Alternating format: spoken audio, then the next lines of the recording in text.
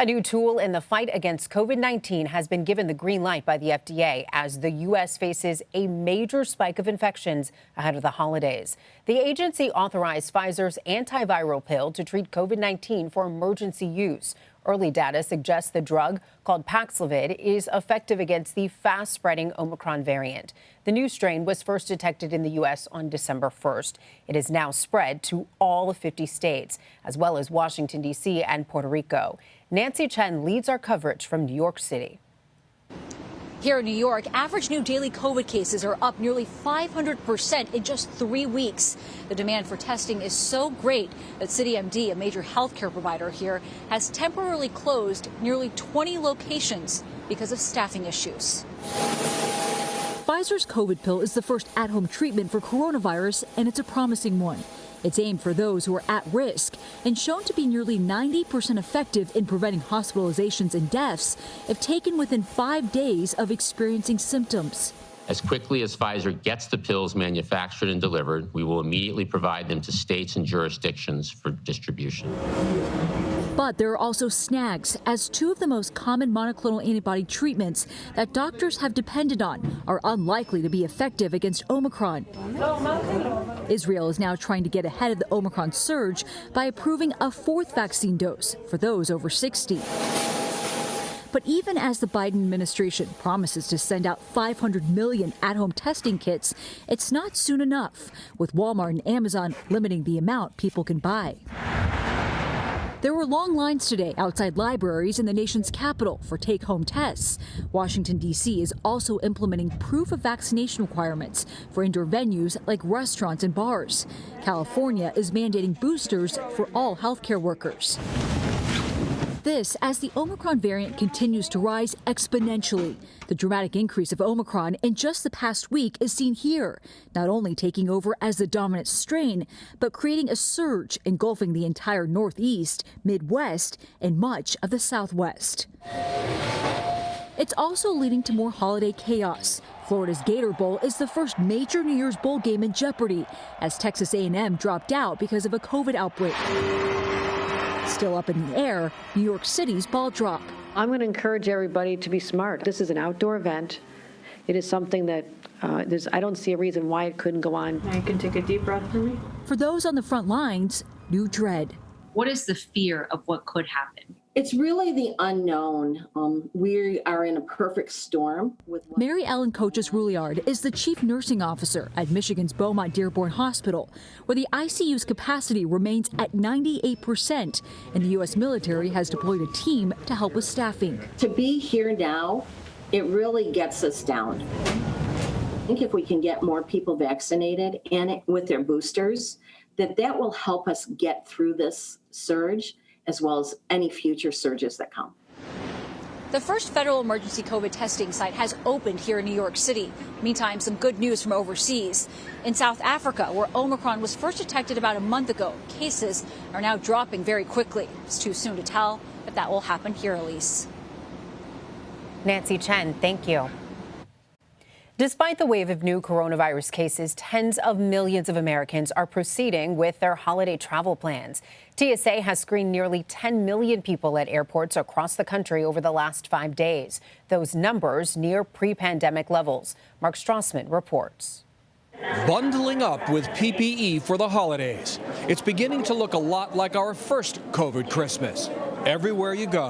I'm wearing 2 masks because even though I'm vaccinated, that doesn't mean that I can't get COVID. An estimated 110 million people will travel this holiday season, nearly 30 million more than last year's season.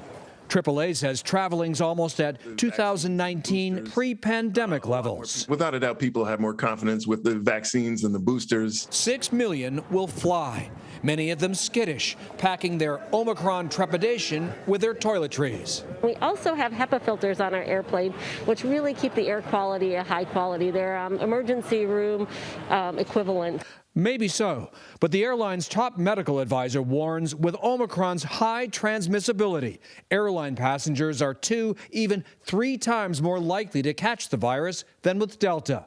But overall, the plane's cabin remains a low-risk environment. Long lines of COVID test takers include the holidays hosting families. Family coming in from California. We're all vaccinated, but we just want to be double safe. Most travelers, roughly 100 million people, will drive at least 50 miles. Nationally, average gas prices run high, $3.29 a gallon, more than $1 above last year, the highest holiday price at the pump since 2008, despite paying up to gas up. And whatever the viral risk, one theory for this surge in holiday travel: people being cooped up for a year and a half, they need to see family and friends. Atlanta's airport, America's busiest, will process thousands of passengers heading to the holiday's most popular destinations, resorts and theme parks, Vegas and Hawaii. It's also one of 5 U.S. airports that, for international passengers, will offer on-site optional COVID testing as soon as they land in this country. Elise? Mark Strassman, thank you. For more, let's bring in Dr. Elizabeth Clayborne. She is an emergency physician at University of Maryland Capital Region Medical Center and an adjunct assistant professor of emergency medicine at the University of Maryland School of Medicine. Dr. Clayborne, thank you so much for joining us. We want to jump right in. The Omicron variant has now been detected in all 50 states. The first U.S. case was confirmed just 3 weeks ago. Cases tend to rise after the holidays. What are your biggest concerns right now? Well, like you've heard from a number of healthcare providers who are working on the front lines right now, we're extremely concerned that we have basically a perfect storm going on. The peak from the Thanksgiving travel is why we're seeing a spike with Omicron right now. And it's happening at a really terrible time because people, as you just heard, are traveling now for the Christmas and New Year's holiday. So unlike anything else that we've seen during this pandemic, we're essentially going to add, lighter fluid to a fire that's already burning. And I think that we could see a huge explosion in the number of cases that we see and the number of sick people who are showing up to our hospitals that are already extremely stretched thin and do not have the resources to accommodate the surge that's coming in the next weeks and months. That is a very vivid analogy. Meanwhile, cases are going down in South Africa, where the variant was first identified.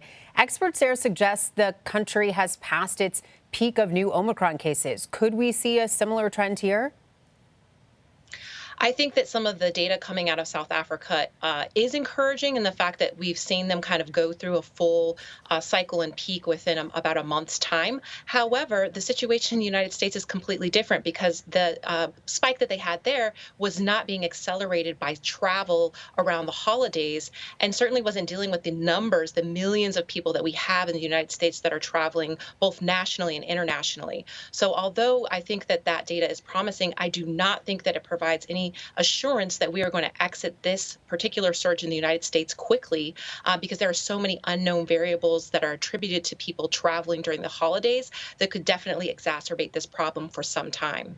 That is definitely concerning. Meanwhile, early data suggests Pfizer's pill called Paxlovid is effective against Omicron. The drug maker says it works to block the ability of the virus to make copies of itself. How could this treatment help in our nation's fight against the virus? I definitely think this FDA approval is right on time. It's the one thing that I've heard in the news today that has been very encouraging. It gives us another tool in our arsenal to fight COVID-19, but it does come with some, questions. First of all, we don't know what the supply is going to be like for, this particular medication. It brings up questions for me of health equity issues. How is it going to be distributed? How are we going to get it to those most in need? And then this medication does have a number of interactions with other medications and medical conditions that may make it dangerous for the people who need it most. So although I think it definitely is helpful and very welcomed news in the fight against COVID-19, I think that people should not look at it as a solution or like the thing that's going to save them from getting sick with COVID-19. Again, especially those who are unvaccinated, I don't want them to look at this pill as a reason to not become vaccinated. The best line of defense is prevention, not getting infected. And the best way to do that and avoid serious disease is, of course, to get vaccinated. But outside of that, certainly all the other things that we can use in our arsenal, such as Paxlovid, will be helpful as we continue to fight this battle. Dr. Clayborne, in addition to the questions that you just raised, you are an emergency physician yourself. Can you tell us what you're seeing on the front lines and how is your hospital preparing for a possible Omicron wave?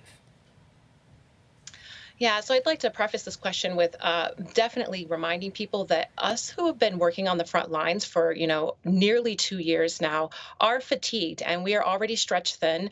Many of us have already had a number of, personal experiences with our loved ones getting sick. And this is the first time in the pandemic I'm actually seeing my coworkers become ill. And that's alarming for a number of reasons. First, it is definitely demonstrating that, this variant is penetrating the vaccine.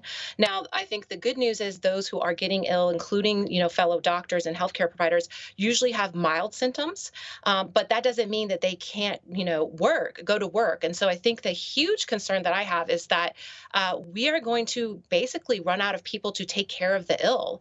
And while you might be considering that you're going to be okay if you get COVID-19 because you're vaccinated or because, you think you'll fare well with the actual illness, that does not take into account what would happen if you got into a car accident, if you have a heart attack or a stroke, or your child needs some kind of emergent care. If we do not have the staff and personnel to take care of people efficiently, then people are going to die, not just because of COVID-19, but because of all the other reasons that we cannot care for our ill in this acute setting. So it is really concerning. I think that mentally, physically, emotionally, a lot of us are on edge and have been for some time.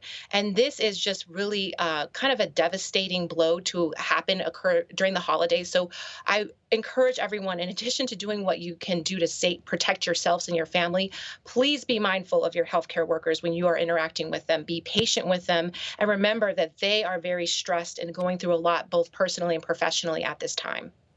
You painted a vivid picture of that fatigue, but I can't even imagine what that actually feels like. Dr. Clayborne, thank you so much for everything that you're doing and breaking everything down for us.